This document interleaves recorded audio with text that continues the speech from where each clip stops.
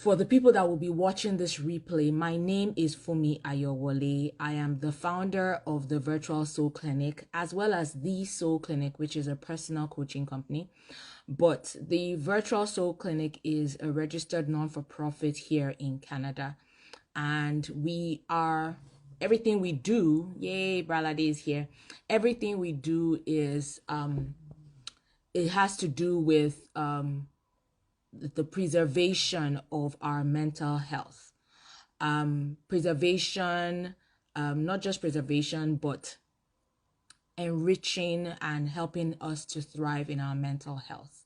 And so May is Mental Health Awareness Month in most parts of North America. I actually need to do a little bit of a study to know whether or not it's like all over the world.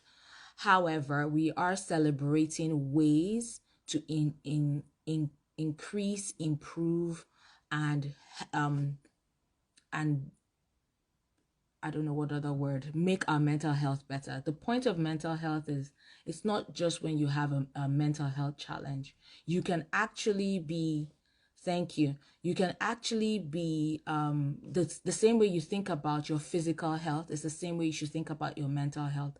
Sometimes you may have a physical health challenge. So for example, maybe you have a cold or you even have diabetes, but you could be physically fit. Everything could be working properly. You can climb up a hill and back, so that's why I compare physical health with mental health, because with mental health, it's about your full well-being. And if for some reason, maybe you could be struggling with depression, you could be struggling with overwhelm or stress and anxiety, you still have a responsibility to do everything within your power to maintain the sanity of your mind, to increase your capacity to be resilient in the face of challenges. And so mental health and boundaries are almost intertwined, because boundaries are like they're what give your mental health structure. Those boundaries are the things that you set up and principles that you set up, where you're saying, I want to maintain relationships, but not at the detriment of such and such principles. I'm about to introduce and bring up our guest for today. I would love to it's my pleasure and everything to introduce Bralade Koroye-Emenajo. And for some reason right now, my computer has restarted, and I'm hoping that I will be able to sign in order to in order to read her profile. But on a personal note, Bralade is a personal friend and mentor. She has been, I met her a while back. Like when I say a while back, I mean maybe about 3 years ago, and we just hit it off. And she is an author of a number of books, A Line in the Sand, as well as I know that I will be able to get the other title, but The Line in the Sand, first of all, is an extremely interesting book that I would encourage anybody to get. Yes, yes, yes, yes. She just gave me a clue. She gave me a clue. Yes, thank you. So this is the book I'm talking about. And Bralade Koroye-Emenajo is the founder of the Boundaries Movement and Practice What You Preach Media. She grew up surrounded by rich literature that her English professor dad curated in her home country. An ardent advocate, and a mindful mentor, she coaches individuals and couples to embrace their personal power and leverage healthy boundaries so they can live fully and love freely. Bralade is a leader and a minister. She makes her home in Houston with her 3 kids and her husband Obioha. A Line in the Sand, a best-selling short story collection on boundaries in marriage, is her first book. So it is my pleasure to bring on, and I want to actually also read out something that Hemba Boba says. She says, boundaries are important to me. I believe everyone must be guided by a set of personal principles. This is beautiful. So I am going to bring Bralade into the you guys just forgive me if it seems a little scattered today. No big deal. Okay. I'm giving myself grace. So I'm writing the topic and I'm going to pin it because I know that this will be important as other people join this Instagram live. Boundaries and my mental health. So I'm going to and I'm going to pin. Okay. Can you hear me? I can. Hello. Hello. Hello. How are you Hi. today? I'm good. I'm even better now that I see you. Your hair's on fire, by the way. Thank you. So is yours. Okay, so this is precious. This is a precious moment for me. I don't think we've ever done an Instagram live together. Oh, that's so true. I'm only just realizing That is that. true. You know, Yes. this idea, like when you're used to having conversations, you now feel like, Oh, we've done exactly. this before. Exactly. So let me see.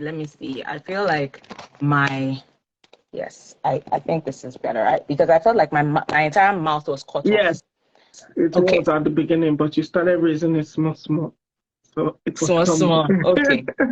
Okay, you guys. So let us begin.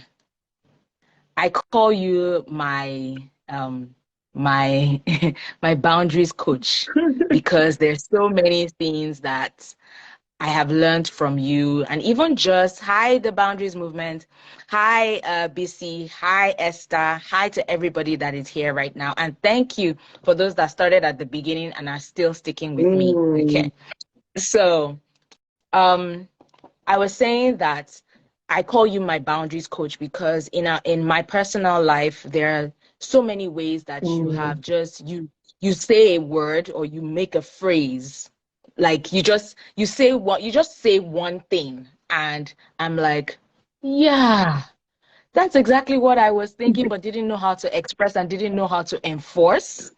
And you have written a whole book about it. In fact, you've written 2 books about it. And it is something that some of us may not be, we may be familiar with the word boundaries, but may not know how it affects us. We may not know how to implement it. We may not know the impact or the direct correlation in our personal lives and in our mental health. And you look absolutely lovely, by the way. Thank Blue you. looks I made so up good for on you, you. If you saw me 1 hour I ago, see. it was all like this. I know you wake up with that, but mine is actually No, different. Mm. No. I confess to you now. I told you that I was just about to go and do my makeup, so you know. And so some of us may Hi, not Dami. be as familiar. Sorry. Hi. We may not be as familiar with the term, or we may have heard it around in circles, but we don't know how it affects us personally and primarily. So let's just get right off the cuff. We know that our mental health is a full rounded state of well-being. And the test of your mental health is your ability to be resilient in the face of challenges. That is the true test of your mental health. Can you please tell me, let's just start immediately. Can you tell me how that affects how boundaries affect our mental health and if it's vice versa? Wow, there's something you just mentioned, that resilience in the face of challenges. Do you know that sometimes when people think resilience is that I will achieve this goal no matter what, and you keep going regardless of the odds. The truth is that sometimes it's a balanced, a healthy state of mental capacity that says, you know what, I don't really need that in my life. I can let this one go.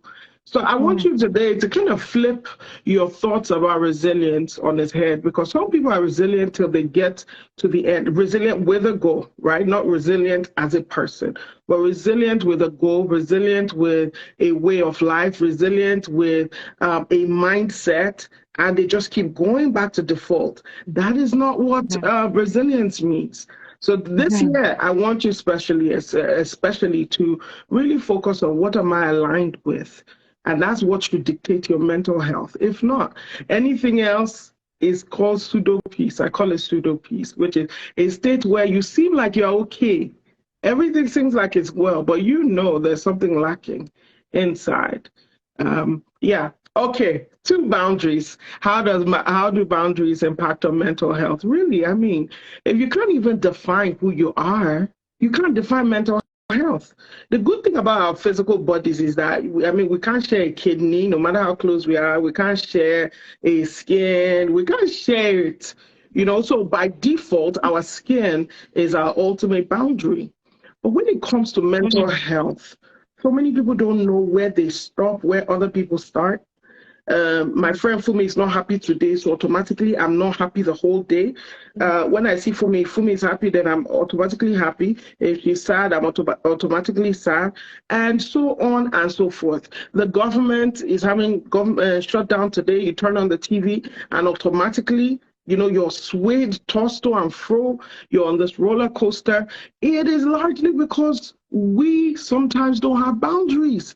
You don't know, where do I start? Where does this thing stop? So that you're able to stand outside and kind of observe and be like, oh, wow, look what's going on in the world.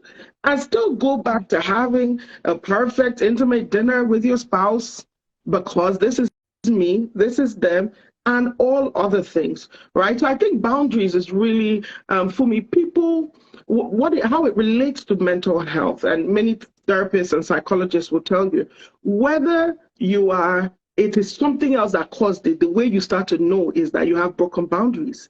And whether you're recovering, the way you start to know, again, your boundaries are what start to dictate, okay, this is a healthy person. Okay, this is unhealthy. So you are either, first of all, overflowing your boundaries, which that's when you start to enter the space of controlling others, or you are giving ground, ceding ground to somebody else, whether for good or bad. So I'm not even saying, some people are like, well, my mother is very wonderful, so that's why I let her control my life. Regardless, if you're an adult and you don't have control of the quarters that is you, there's a boundary problem there. And how do you know you have control? You're responsible for the decisions, even though you took it from somebody else's advice, right? You're responsible ultimately for implementing that decision in your life. So you're okay with the consequences, you're okay with the successes too, right? So yeah, for me, boundaries do tell a lot about a person. They do. When you cordoned off the exactly remember when you cordoned it off, it just reminded me of the word territory, and I link territory. So I think about your personal territory, where you have jurisdiction, where you have control, like another person's skin, another person's breathing. Okay, I've been listening to Lisa Turkos a lot. Oh yeah, and she just wrote a new book on boundaries too. Exactly. And she says that, wouldn't it be weird if you see 2 people walking around in a mall, and that they are walking around, but one person is performing CPR. what's that thing, CPR on the other, and they are walking up and down, and it's like, no, where do you breathe, and where do I stop helping you? What is really sustainable? What is the territory that we can control? I want to find me Lisa, please. It's a lot. you want to find It's a lot. I want to find me. My God, what a thing. That calls for fun. The thing always blows my mind when she uses that example. And she also says, in fact, I'm just going to dive into my next question. She says that, and for people that may not be like Jesus people, but just think about it. We all say, or people believe and know and accept that Jesus died for our sins. She says Jesus did not die to enable bad behavior. So, Bralade, please, I put this to you now. I want to ask you, What is the difference between loving someone and enforcing good boundaries without being selfish? Isn't that several books? Several and Yes, several. that's several Hello, books dear. and Hello, seminars. Nika. All right. So, what is the difference? This is such a key thing with me and with women, because women, we're nurturers. Women, we giving is kind of second nature to us. In fact, how the women sometimes people call selfish is that they are being generous with others and not you. Do you understand? But it's in the woman's DNA to be so giving, to be so nurturing, especially if you have a family or even with your own parents, whoever.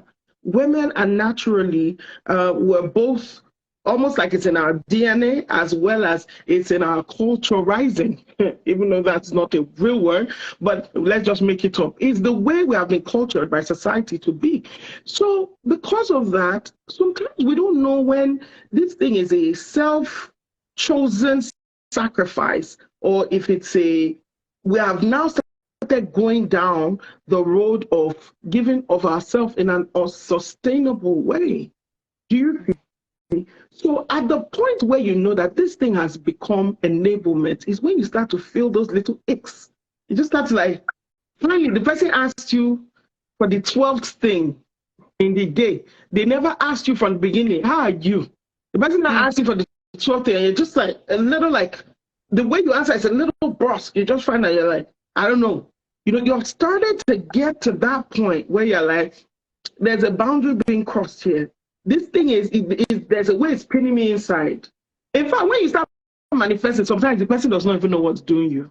And that's why sometimes they term us as emotional. The truth is that we just haven't found the communication to articulate what it is that's going on inside us. So the point where you find these two things start to flip, giving love, charitable love, or enablement is when you start to feel some resentment, you start to feel some bitterness, you start to carry more than your own share on a consistent basis.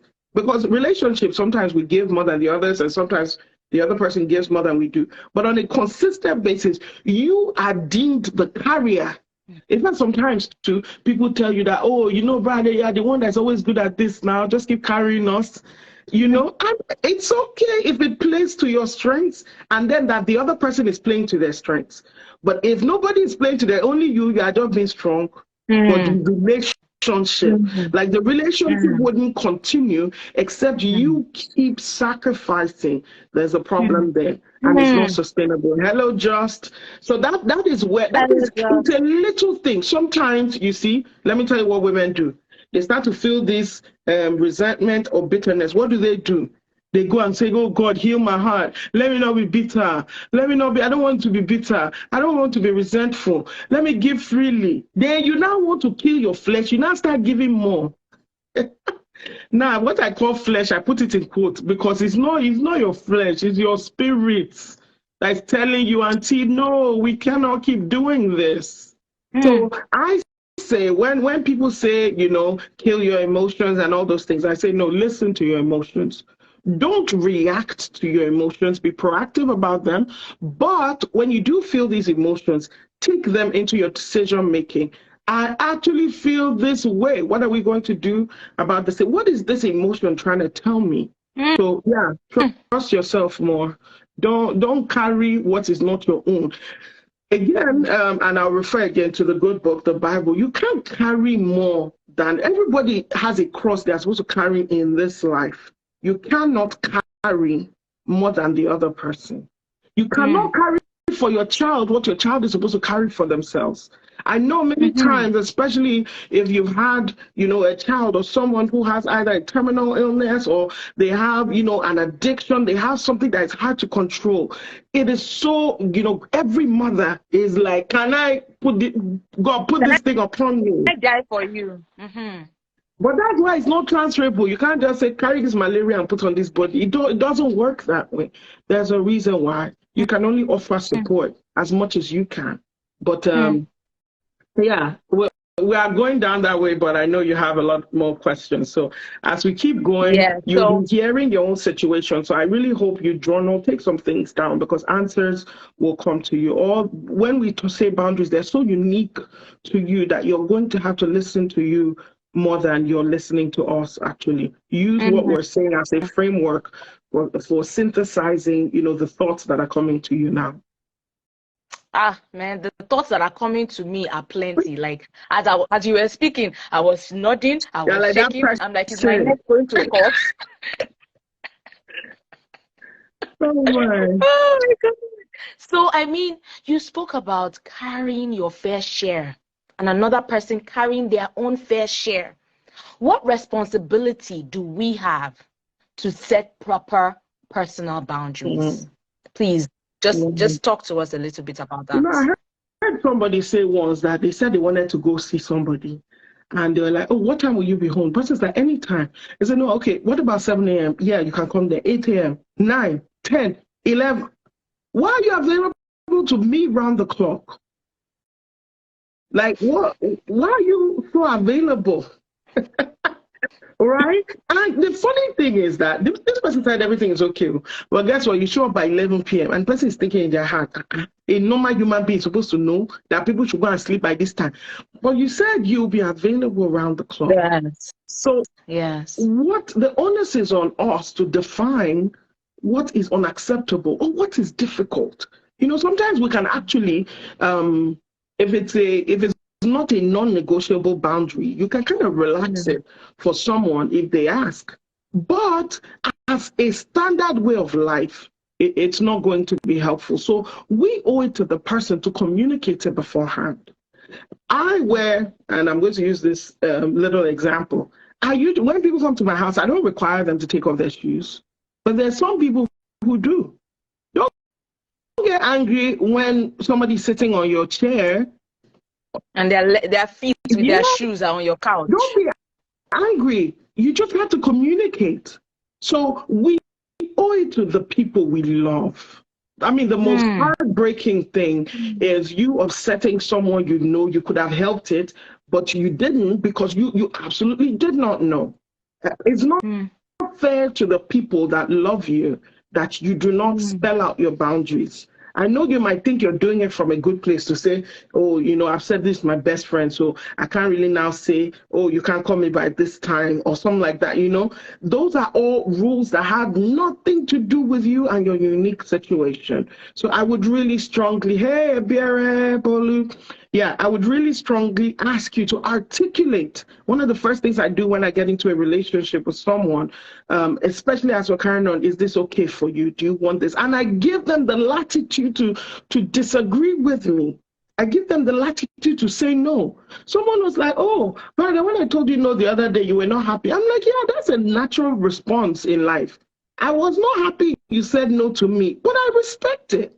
So saying no does not mean the person will just celebrate it and be like, oh, you're so wonderful for telling me no. No, the person will honor it. The person will respect it. But sometimes they may not like it. And that is okay too.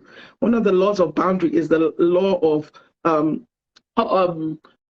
it's like the difference between hurt and harm. Sometimes people might get hurt because we couldn't be there for their wedding.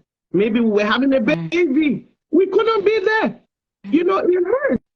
But I understand, for me, you were having a baby, right? So when I say, it pained me, that's not an indictment on you for not being there. It's just a wish I had. Now, if you set out to harm me, to be like, oh, brother, I'm your chief bridesmaid, we bought the dress, everything, and that day you just decided to pepper me and just not show up, then you decided to harm me. So put yourself in this context. Sometimes people get hurt, but I did not set out to harm them. I only set out to protect me, what in my plans, God's plans and purposes for me, right? Or however you believe it. I only set out to be there for people I had made prior commitment to. That's how to conduct your life. So yes, definitely have a conversation with people you love. Have it in moments where it's not, women were very reactive. So now anything has reached us like, yeah, you did it the first time, I didn't say anything. You did it the second time, you did it third time, fourth time, fifth time. Have I not tried? No, you have not tried because you didn't say anything. But because you should have said said it the second time. You pulled down the roof of the house. You scattered everywhere because you have been taking it. Who asked you to take it? You should have said it the second time. Okay, that's not it. the sixth time. Hey God, oh, like there are so many things in everything you have said. I don't know how to pull and push, but something I have as a quote is that just to tie everything you said, boundaries are not to push people away. Boundaries are to help hold you together. That just wraps up what you said about it's not fair to the people that you love or that love you if you do not communicate your boundaries. Just with the example of people coming into your house with or without shoes, or being available to everybody at any time of the night, then you'll be upset when the person calls you at 11 p.m. We also, there are other types of boundaries, including boundaries of time, boundaries of physical space, right? Boundaries of your emotions, boundaries of your spirit, boundaries of conversations. There are some things that I cannot discuss with you, right? You and I are friends, such close friends. Bralade, I need to say to the whole world, there were some matters that you said, is it okay for me to be honest in this situation? You asked me, is it okay? How will you feel if I tell you something and it's not sitting well with you? And I said to you, go on song. This is why I have you, right? I said that to you. I'm like, please, you've asked me nicely. I'm giving you the permission and allowance.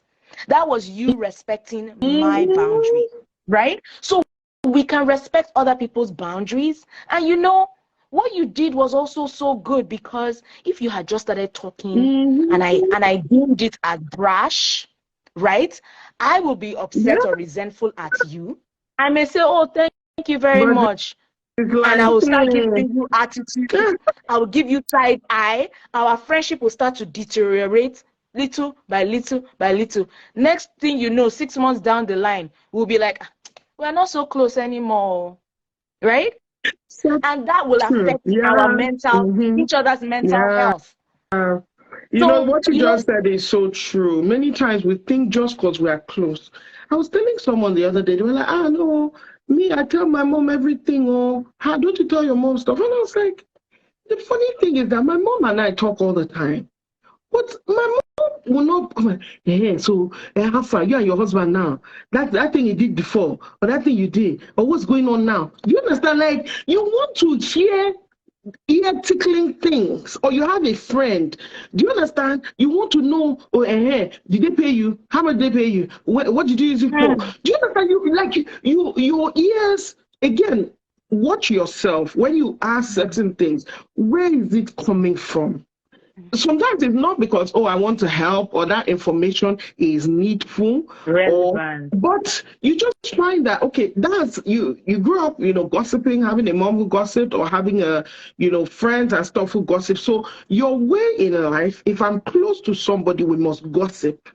It has become your way, your pattern in life. So it's not necessarily that I want to help this person. It is that I want to hear what is tickling my ears, or I no longer have I don't have healthy topics to discuss upon. So I must always breach a boundary. Personal boundaries, yes. To be friends. Exactly. And if you find a friend in your life that is basically choking you, it's time to put some boundaries. Now, that your friend may not be bad, but we may have enabled, some of these things. And we shouldn't enable.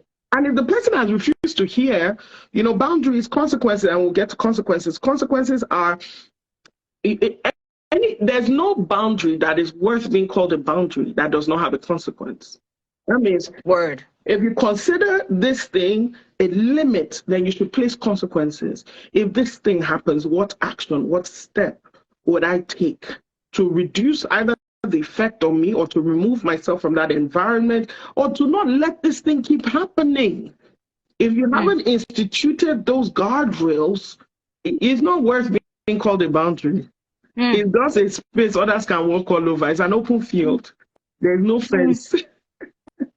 There's no fence. Boundaries are fences. Boundaries are Yeah. fences to hold yourself together, not to push people out, like we've said, but And you can it's our open it, let people responsibility. in, open it, Mm. let people out. It's not a permanent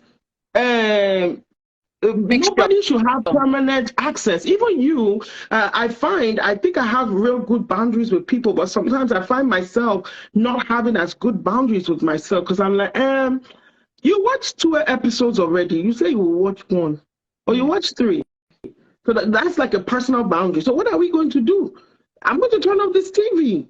I'm going to remove myself from this location, take myself to the library, because if I'm here near this TV, it ain't gonna work for me. That's a consequence, right? It's a consequence. I don't know how I got to that That's okay. We were side. talking about boundaries. If there's no consequence, then we can't call it a boundary. That's where you were. Yeah. So So yeah, speaking really. about So boundaries, and if you give me a scenario, maybe I can give you certain boundaries, but I will start with communication. You can let yes, the person know that, or you can articulate it to say, hey, this is a problem. You have a conversation. There are 3 kinds of people in life, and I'll say this briefly. The first group I of love this people one. in life are wise people who can Yes. hear word. Hmm. People who, if you tell them, oh, Fumi, like, oh, okay, did that upset you? Oh, no, sorry, so it's fine. Oh, Fumi, sorry, I didn't realize when I said this, this happened. Okay, no problem, next time. I'm taking dressing, I'm adjusting myself to interact with this person because the relationship is personal, it's one-on-one. I don't say, none of my friends have ever said that. No, they are not Fumi. Do you understand? They are not, this person you're with. So I take that into cognizance. If I do that, I'm a wise person. Yes. Speaking is enough for me. The second one are unwise people or foolish people. Those are people who you tell them and they explain away what you are saying. Why can't I wear my shoes on your carpet? Are my shoes dirty? Do you even know where I'm coming from? In my car, I have carpet. I didn't say that. I said, don't wear carpet on mine. Don't wear your shoes on No my wear shoes carpet. on my own carpet. But they continue like that. Those people are unwise. So those people, when they are coming to your house, when you go to the door, you have them pull their shoe before they enter your house. It's a consequence. You say, if I leave you, you will jump bounce in here. So from now henceforth, whenever you are coming, you're going to pull it. I will help you. Let me help you. And be ready, right? Be ready to face backlash. But foolish people, till you set some boundaries, it won't work. Because I be like, I've been telling this my child. He has not been listening. And I asked one simple question. What is the consequence this child faces for continuing in this way? You are not what do you call it? An echo. You can't keep talking all the time. It's time to act. If I were a child and all you were doing, that's why, if you notice now, let me just tell you this small thing. My cousins used to wonder, like, why are you afraid of your mom? Your mom is always so soft spoken. It's because of consequences. My mom never had to raise her voice. It was the consequence was like this. In fact, as the consequence is Immediate. coming, it's not with shout. I've been telling you, now you're going to see. No, you're already frazzled. You have gone past your boundaries. The moment you lost your peace, you started raising your voice, you started being like a crazy person. That was when your own self, you crossed your own boundaries. So that punishment for that child is even at that level is abuse, is nagging. And now your shout is not even worth much in their ear. It's Not noise. They effective. can tune you Yeah. out. Okay. And then the third set of people are, and that's why the Bible says foolishness is bound in the heart of a child, because they won't know till you set some consequences. If you really want them to hear you, please put some consequences. The third one is evil people. And I pray each of you here, you're able to recognize evil people for who they are. Don't tell me you don't have evil people in your life. They are there. They are the people that are calling your phone and asking you to send them your WhatsApp code. Those are evil people. People you Yes, those know. scammers. Yes. Yes. People you know that they are not in my life for good. So you cut off the access. Wait, that one you are not playing. They came to harm you. So you cannot reason with people like that. And some people go through the whole spectrum. For some things, they're okay. For some others, they aren't. And if they're evil for certain things that you consider non-negotiable, they have to also go. But I call it big-hearted boundaries in that even when someone has had to leave my life, I haven't held occasion against them. I haven't been like, oh, I hate that person. I can't stand this person. I just know that we don't bring out the best in each other. And if me, myself, I am one of such people in your life, feel free to let me go. But let's let love lead. I will never see anybody, and this was something we were talking about boundaries, right, in marriage. One of the boundaries I have with my spouse is there can never come a time we are malicing. If we are malicing, we better be on our way to the court. So, by that I mean that we should be able to say good morning, no matter what the issue is. We should be able to say good morning. We'll still discuss the matter. We should be able to say, hey, the kids need this, or, still talk about logistics, like two people that live together and sleep on the same bed, instead of being like, I can't talk to you. This person is talking, that person is not hearing. But they're like, no, no. So these are certain boundaries that I think for peace sake in your life, there has to be a semblance of order, a semblance of healthiness. You cannot thrive in such an atmosphere of rancor. I've seen people who divorced and they were still friends. And when I say friends, I don't mean that they were best friends, but maybe we are co-parenting. We should be able to talk with each other now. Do you understand? You left a company, this leader, they gave you your opportunity and everything, but later you found out, I can't keep working with this person. There's some things that have happened that no longer align with my values. It's not equal to quarrel. You can leave without going on LinkedIn to blacklist or anything. Yes. You know what I mean? Yeah. So yeah, don't be, that person who your boundary is not a stronghold in your life. Everything in your life is before this thing happened and after this thing happened. No, that's trauma and it has to be dealt with on another level. Call the Virtual Soul Clinic, get yourself seen and heard so that you can work through those issues. It takes a healthy state to begin to set boundaries. And that's why if you're already at the extreme where you're in an abusive or a codependent relationship, or you yourself, you're the controlling person, look, the boundaries, you have to start small. You can't start with the big one overnight. You have to start small, flexing those muscles till you get to a place where you can have that major conversation with the father who's been controlling all your life.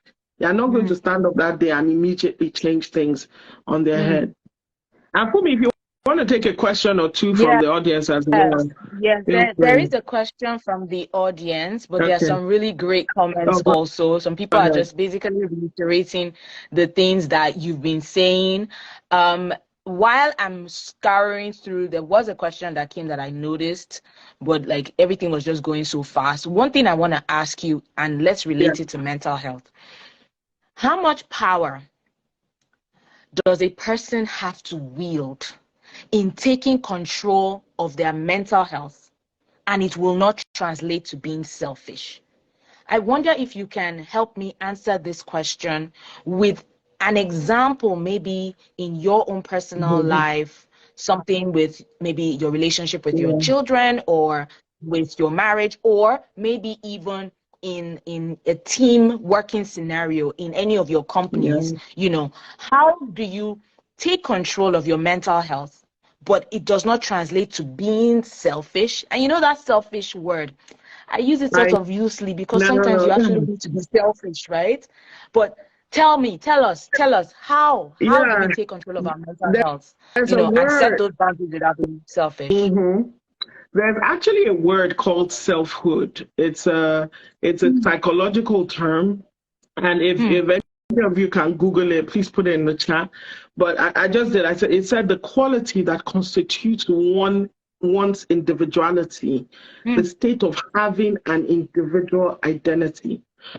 Selfhood is the balance between selfishness and selflessness. Selflessness is good sometimes. Selfishness is good sometimes. But they are only good in selfhood. Because you cannot be selfless 24 hours of the day. Hilda Basi couldn't have continued staying awake forever because people are hungry in this life. Because it can break you.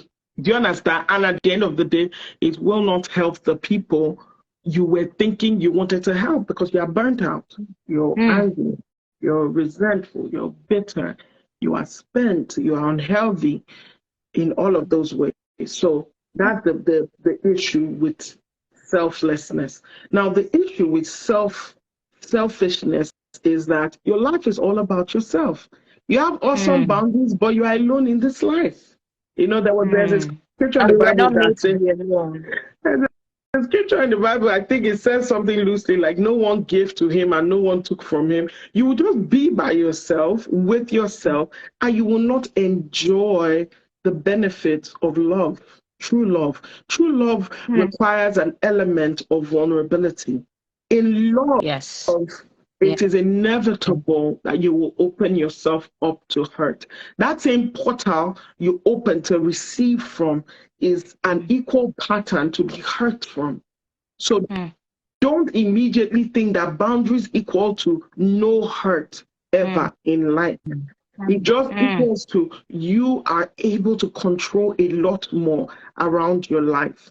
Not because we just want to control stuff around our life. It's because we have a unique calling. For me, at least, I'm not just doing it because, I just want to be mean to people, or I just don't want to consider other people. No, I have an assignment upon my life, and what it would require for me to fulfill it, what it would require for me to be healthy, to have my spirit in a state where it can be deployed for God and for people, would require boundaries, right?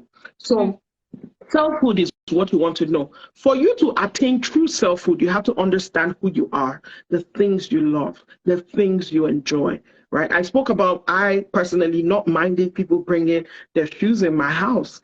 I love it. I love people being free around me. Many times I have friends who, if they want to have an event, they don't want to have it in their houses because they don't want their houses to get messed up. I want to see my house completely scattered because human beings came through it. Those are things I love, right? So understanding who you are, what do I love? What do I like? How do I want to be treated? How do I treat myself? What have I been called to this world for? What are the guardrails I have to put around my life to be sure that I attain this purpose? All of those things, that's selfhood. What am I able to give?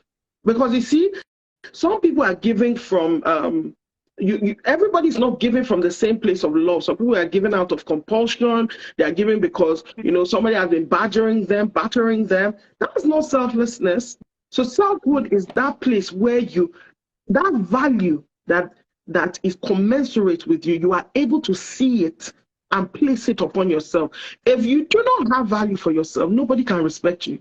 You will just keep complaining there, but you are vibing cheap, easy, walk all over me. You are just vibing it. You don't even know you are doing it. It's how you are talking about yourself. It's how available you are. Do you understand? It's all these things. So it cannot be contrived. Because some people will be like, I can't be available around the clock. Or meanwhile, you are truly not doing anything.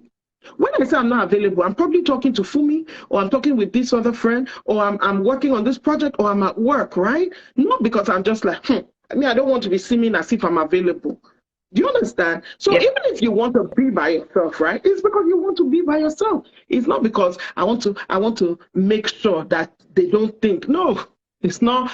All those other things, they are contrived things. So for my life, an example I'd like to use about self is some of these things I've been saying, right? Hey Pam, how are you?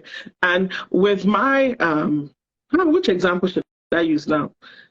So I'll talk maybe 3 different things. So with my friends, people who truly know me and love me, they know that I don't respond immediately to calls and text messages. It's actually a very hard something. I am one of those people. I can't breathe. It's like this for me. I usually give you 2 days. I give you 2 days. Whereas some other friends, I Funmi give will them not 4 diligently hours. come back. Funmi will not be like, I just want to be sure you read this thing. So I've had somebody before tell me that I'm not talking to you again because you did not reply my message and something. And of course, that's a boundary with the person, right? So I would hope that Temilolu, are you laughing at me in the chat? I will not answer your text message for 2 weeks. What's wrong with you? But guess what? I will be there in a hurry if you need me. I tell my friends, just put urgent. If you put urgent, Or maybe I don't answer a call. I'll say call. I mean a message. Call me. If I don't answer and it's urgent, call me 5 times. I don't mind. I will be there. If you truly need me, I will be there for you. Well, I will be there as much as I can, right? But I want people to know that. But casual texting is very hard for me. When I start to get too busy, the first thing that leaves is WhatsApp. It's so automatic. It's like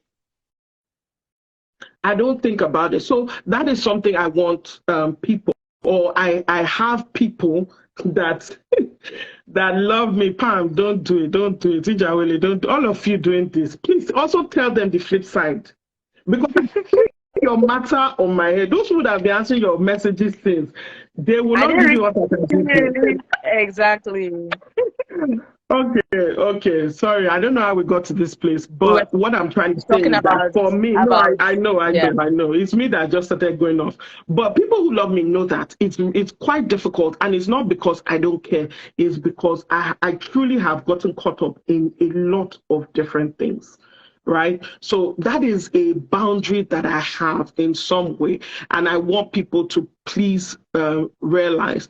But I understand too that some people need to know that I'm okay. So even if I say I'll come back, some people have made that, let me know that, okay, this is important. Now, when I say some people, maybe my spouse, right? Because I really can't do it with 100 people.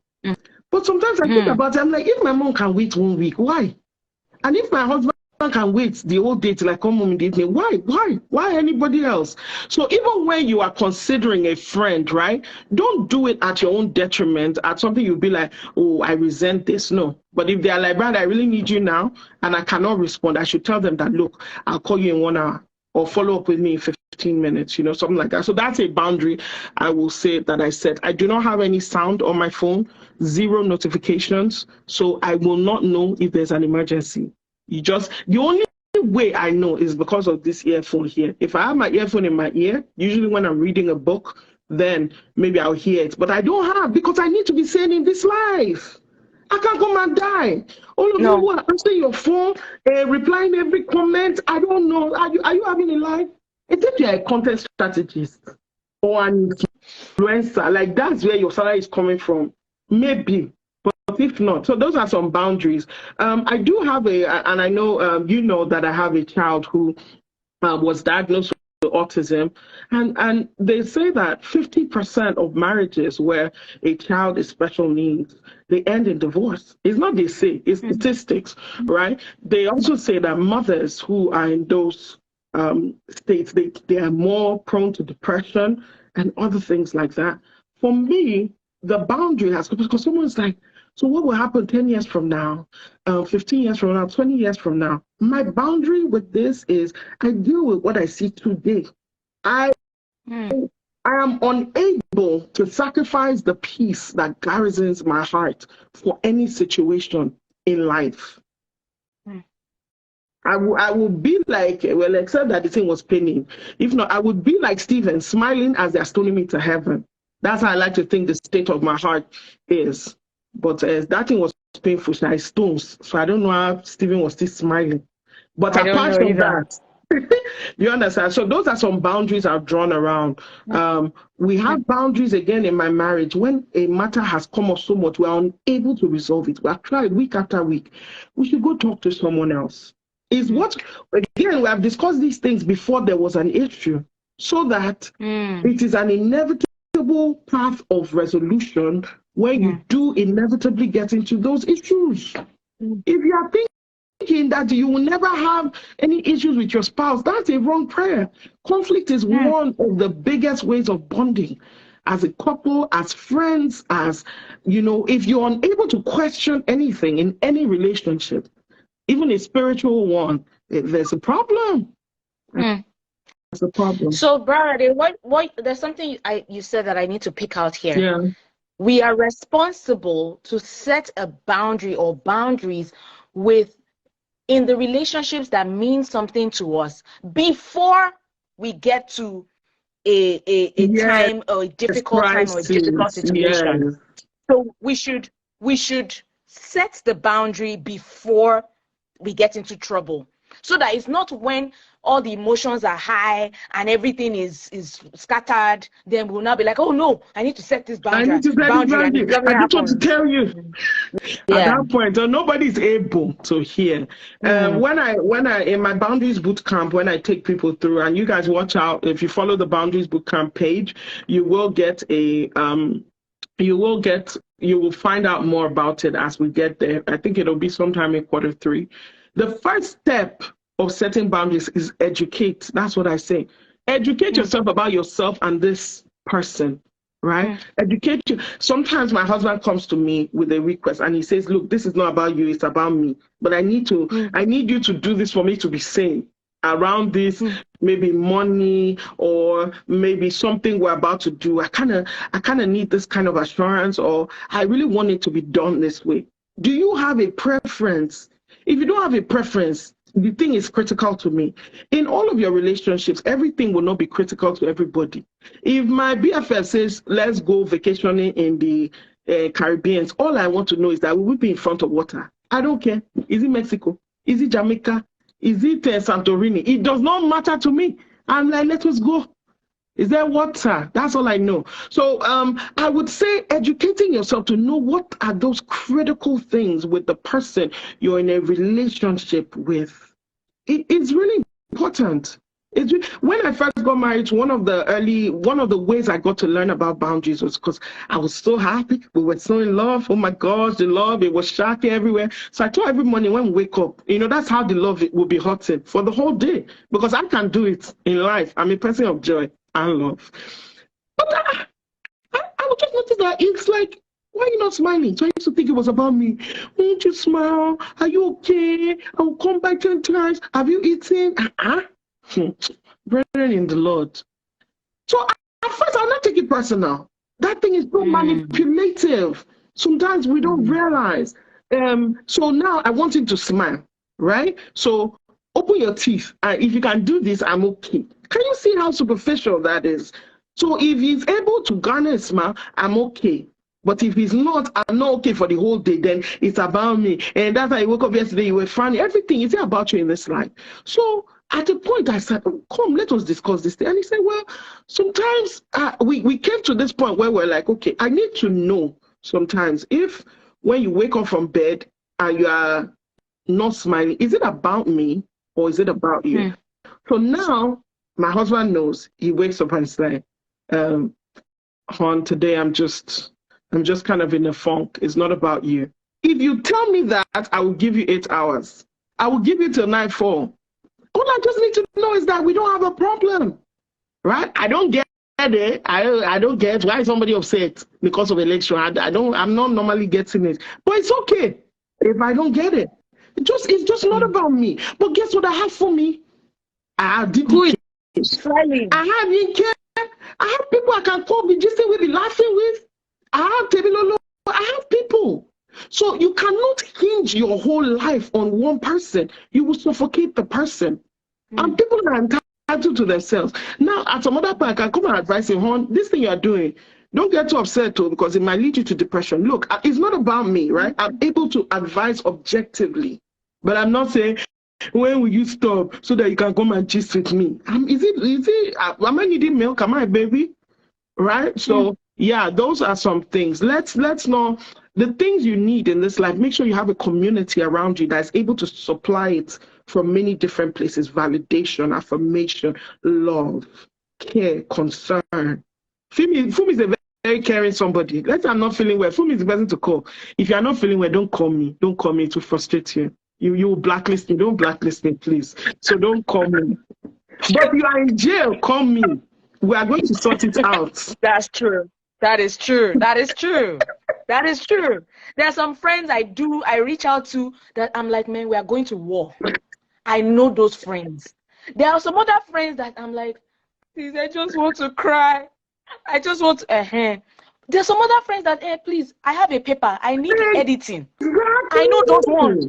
Exactly. I know the ones that I'm looking for, maybe if I want objective feedback. Right? So, as you have said, Bralade, Braxy of the Most High God, people are entitled to themselves. That one, I had to pick it out. That is what you call the most I don't know. People are entitled to themselves. That is so And good. their own Now, mistakes and too. People are entitled to make exactly, and their own people are mistakes. so, So even if you so good, see so that this good. person is going the wrong way, Mm, if you love the person so much, maybe ask for permission to share. If they say no, leave it. And that mm, my friend, she's married the wrong person. I will not agree. I've told her father, I've told her mothers, I've told the pastor. How can they marry? Is it your life? Is it our life? Sometimes our love is too much. mm. Let them go and marry and be that friend. If the person goes, they marry, they now realize themselves it's not working. Be that friend they can still come and talk to. Don't be that one that, Yeah. did I tell you? Okay, I finished. Yeah. Okay. I want us Talking to, for as long we now. How round long up, have we been talking for? we're almost Yeah. at the like maybe 50-minute mark. Okay, Funmi, You I turned off your literally video. did I? Okay, sorry. I literally Mm. have 2 minutes because I have to get to another That's meeting. perfect. That's perfect. Yeah. So, quick question. Can you give us 2 to 3 tools Mm, for setting boundaries, especially if we ourselves are experiencing some mental health challenges such mhm. as anxiety or depression? Give us some practical tools, please, before we round up. Yeah. The first thing, so there are 10 steps, I say, and to summarize them, let me say there's a period of getting to understand the issues, getting to understand. If it's just with yourself, seeing where am I right now, educating yourself on yourself. This is the reality of my situation. I may not like it, but this is a reality. Or finding out about the person you're in a relationship to say, this is the reality of our situation. That's part of educating yourself on the person, identifying what the issues are. And when I say the issue, not that this is the issue that happened. No, this is how this issue feels to me. This is how it affects me. So interpreting it in your own language, acknowledging, Mm, and I'll send Fumi the link and she'll send it to you. If you are not following, if you are not on our newsletter, I really do mhm. feel for you because it's bad and you can't you'll be missing out on a lot. So she'll send this to you guys to download. Number three is Yeah. acknowledge that Rome wasn't built in a day. This thing didn't happen in a hurry, so feel free to say this is how I contributed to the situation. Don't be mad. Mm, Don't be like, mm, okay, mm. but I can do something about it, right? Number four is make an action plan. It's time to review the matter and be like, okay, remember, I said a boundary is not a boundary till the consequence is attached. So you make an Yes. action plan. Yes. Um, Yes. Temiloluwa, please let the group know that I'll join them in 5 minutes, okay? So my people are here. Thank you, ma'am. So yeah, so let them know, make an action plan and be like, okay, for this particular situation, what's my consequence? I'm usually anxious when I'm in a crowd. It's really important for me to go for my sister's wedding, so I'll stay there for 2 hours. You made an action plan, right? Okay, plan. Yes, Yeah. make a plan.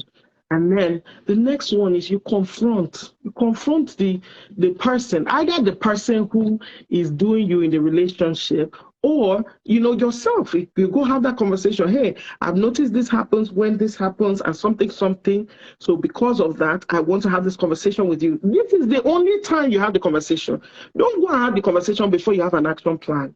Before you understand where the person is coming from and where you are coming from, before you understand your peculiarities and the situation. Mm, Now, mm, number six is you set consequences because, again, a mm, boundary without a consequence has issues. You set mm, consequences. Dr. Henry Cloud said consequences give us the pain that motivates us to change.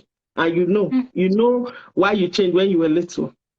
The next one is give grace. Number seven, please give grace. Sometimes some people violate our boundaries, and when we check in, we find out they were having a bad day or they didn't really hear us when we said it. So always leave room. When the person has that acting, always leave room for that. And number eight is keep consequences. You cannot not keep your consequence.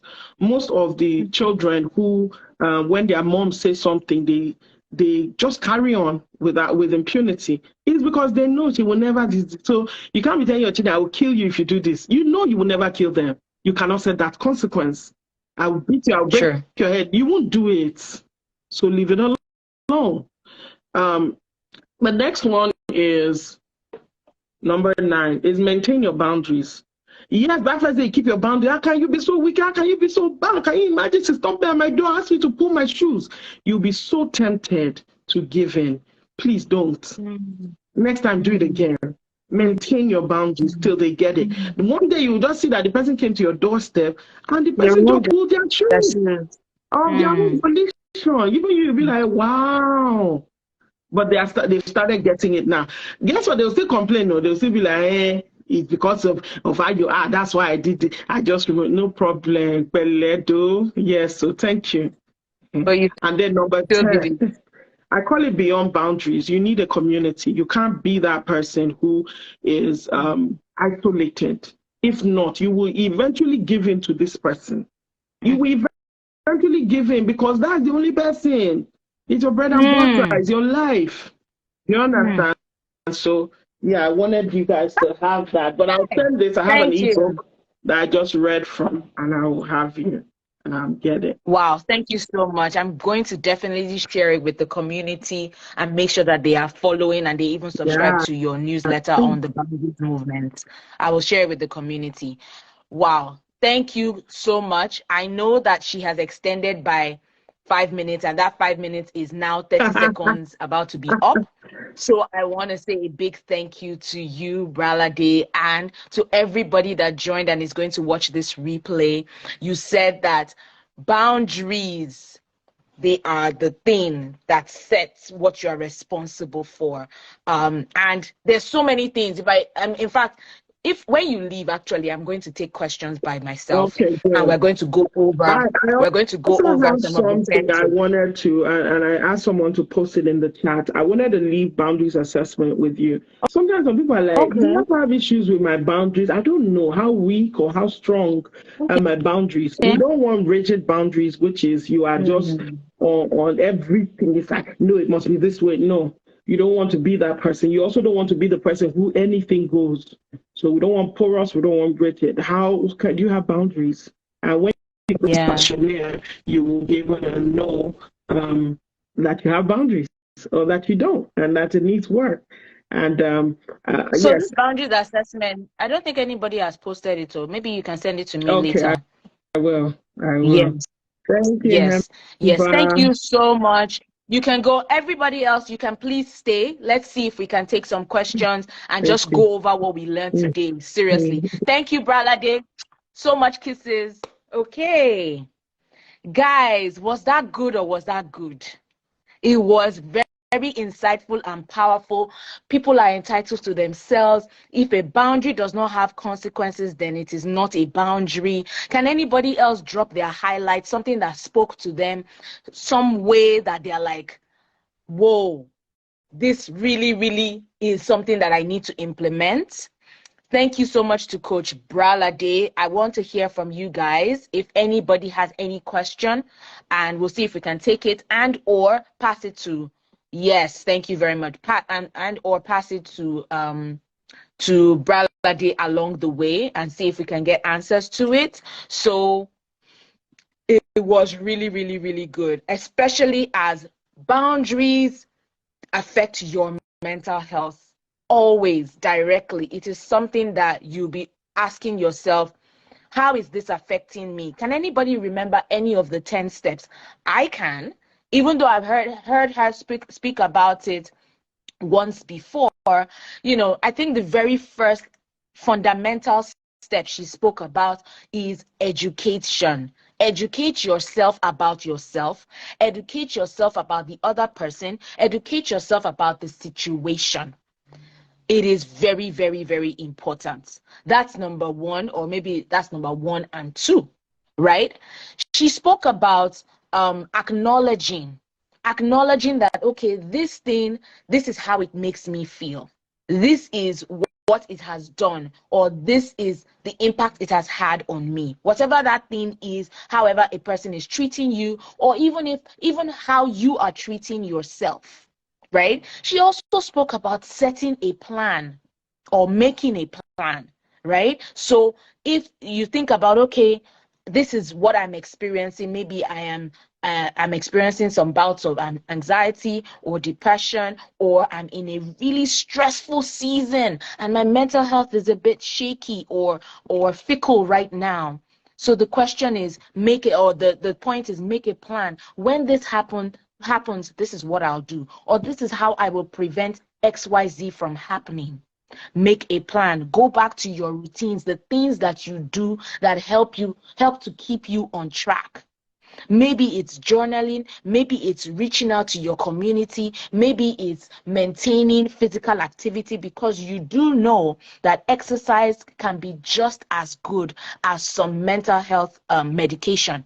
Yes, research has shown that exercise, you burning out the energy and moving and staying active, the chemicals that it produces in your body are just as good as some medication.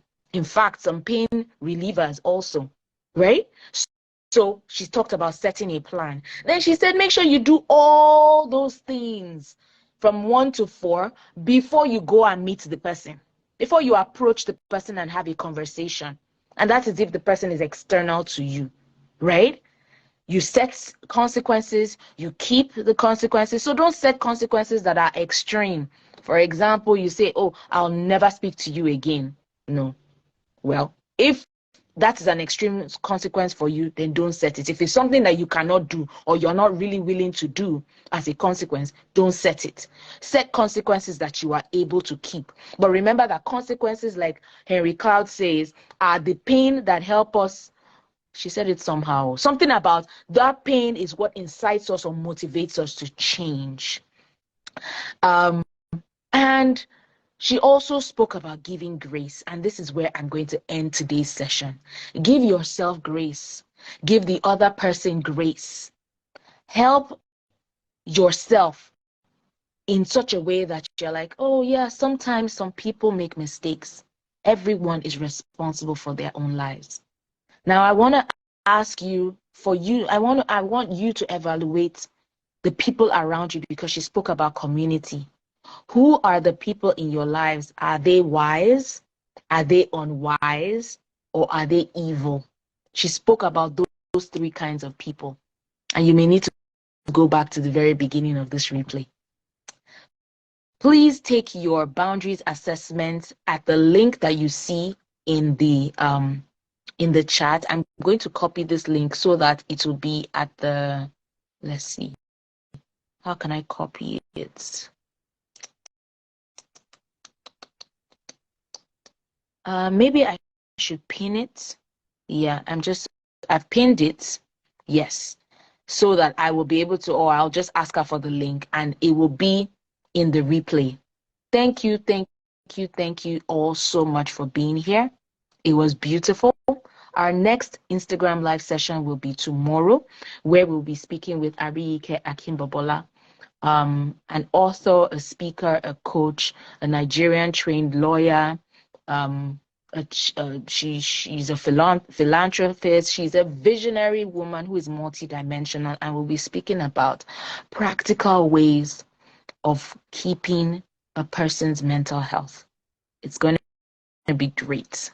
I look forward to it. Then it's at 12 noon EST or 5 p.m. West African time. Thank you all so much. Thank you. Unless I don't think anyone has any questions, because if they did, they would have dropped it in the chat. Gotta go now. Thank you all so much. Bye.